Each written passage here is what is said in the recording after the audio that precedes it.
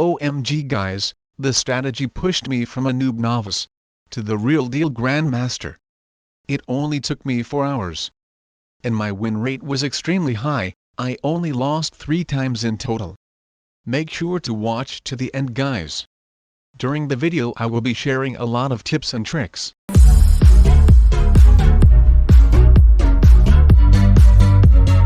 Firstly, let's start by the map selection. The strategy I'm going to show you is simple world map strategy.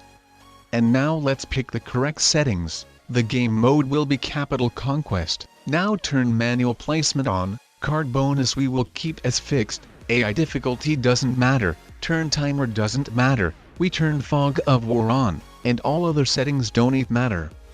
Well, obviously turn ranked on if you want to receive the ranking points, or keep it off if you want to play some practice matches before. Now remove 2 of the 3 additional slots, leaving only 1 of them, and wait for your opponent to join the game. That's right, the strategy I'm going to show you is 1 versus 1 strategy, and without any dumb bots who can drastically ruin the game for one of the players. If you watched my another video on how to reach Grandmaster rank in Risk Fast, where I share simple world map strategy, then you already know what the secret territory you should always place your capital to was mainland Europe. And now you're probably wondering which one of the territories you should always pick on the classic map. And it is North Africa. So far I find it as the best territory playing on classic Risk map with these settings. It's one of the territories on the center of the map, so you're able to go in multiple directions. Wherever your opponent decides to put his capital, he will always end up blocked, while you will be able to use your biggest army every turn, as your opponent will always be forced to invade you into Africa if he wants to prevent you of getting 3 extra troops. Also, having your capital in North Africa works as a strong border to protect South America. Eventually you will be able to capture South America and successfully hold it. The second reason we play with the manual setup is because some of the less experienced players will let you take some continents, while they're taking some of them by themselves. For example, in this game, the green player let me take Australia, so I will get 2 extra troops. If he had taken any of the continents, then these continents would have been easily invaded by me and he wouldn't have received any of the additional troops. So if you go first, then go for continents by yourself and don't worry about your opponent getting some, as you will always be able to invade going first. But if you're going second, then always prevent your opponent of taking continents. You don't want that, they would receive some extra troops. Now I will show you another mistake players make.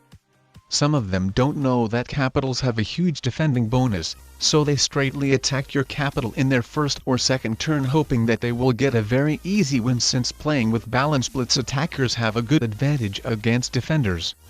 But since they don't know that capital has an additional die when defending, they're ending up screwed up again. Boom. Rest in peace green. Also, some of the people are not really familiar with Capital Conquest game mode.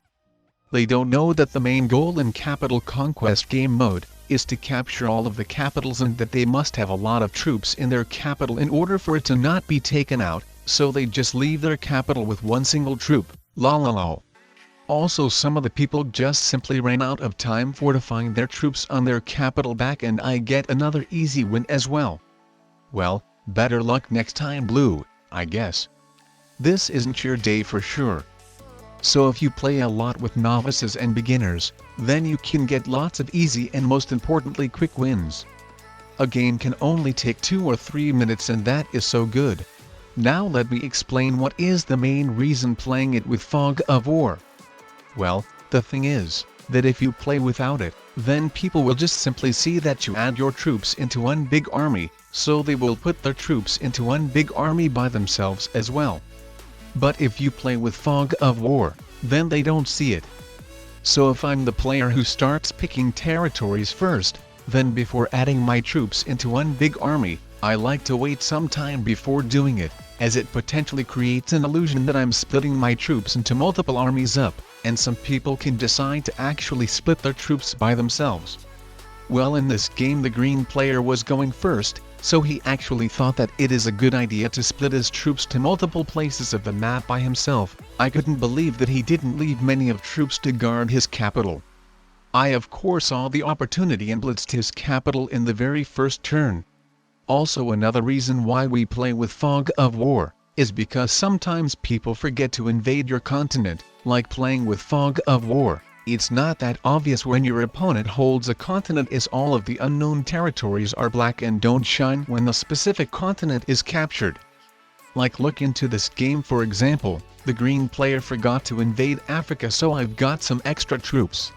In this game I quickly expanded, capturing more and more territories, because you know guys, the more territories you have, the bigger troop bonus you get, and the less territories your opponent has, the smaller troop bonus he gets. The green player of course invaded both of the Americas, but over here, his game was over. Every turn he was getting weaker and weaker, while I was getting stronger and stronger, every turn holding more and more of the continents. Since I didn't know how many troops the green player had on his capital left, I instead of trying to straightly blitzing his army decided to play safe and properly guard my capital and then continents, getting insane amount of troops. After a couple of turns I saw him fortifying some troops out of Australia and I knew it was it. He most likely fortified all of them, and I was right. I find his capital with one single troop left.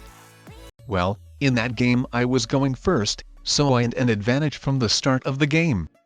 Now let me show you the game where I'm going second and my opponent gets Australia again, picking his capital on its border.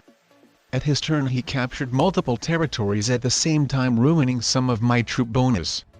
But also he completely blocked off his biggest army in Australia. Meaning that he won't be able to use that army to attack territories, but still he will have to add troops to protect it.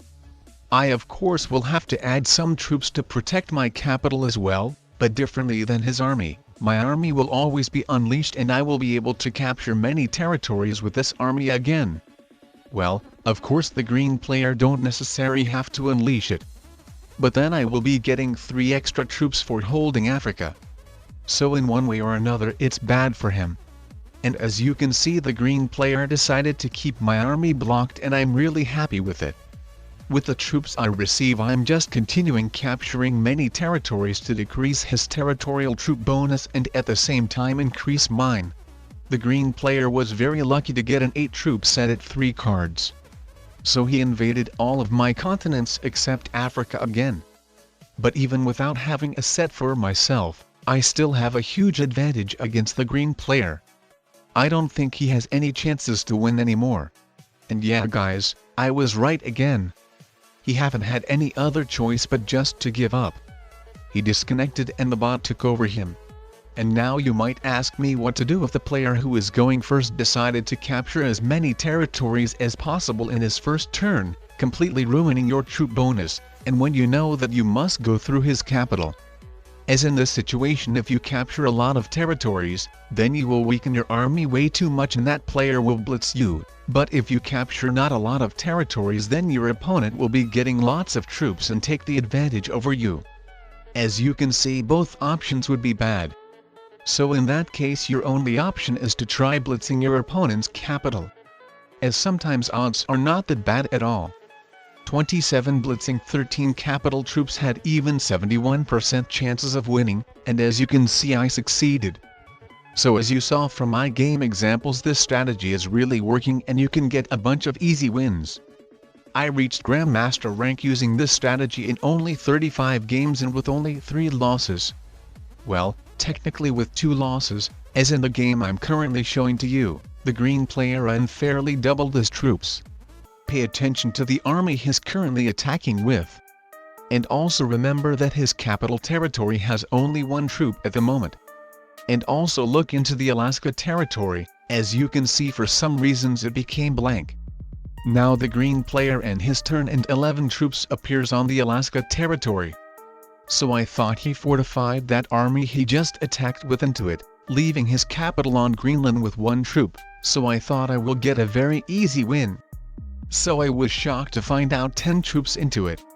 Apparently he fortified the army he attacked with, into Greenland, meaning that 11 troops on the Alaska territory appeared from the air, from nothing, magically.